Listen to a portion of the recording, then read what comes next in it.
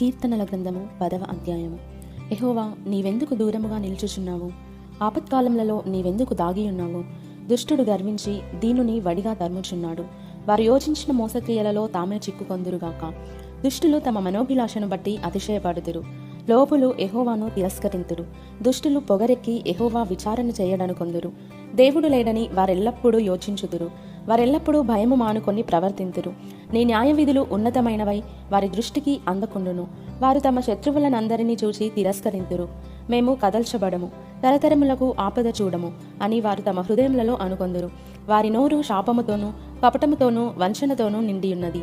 వారి నాలుక క్రింద చేటును పాపమును ఉన్నవి. తామున్న పల్లెల యందలి మాటుచోటులలో పొంచియుందురు. చాటైన స్థలములలో నిరపరాధులను చంపుదురు. వారి కన్నులు నిరాధారులను పట్టుకొనవలనని పొంచి చూచును. గుహలోని సింహము వలె వారు చాటైన స్థలములలో పొంచియుందురు. బాధపడు వారిని పట్టుకొన్న పొంచి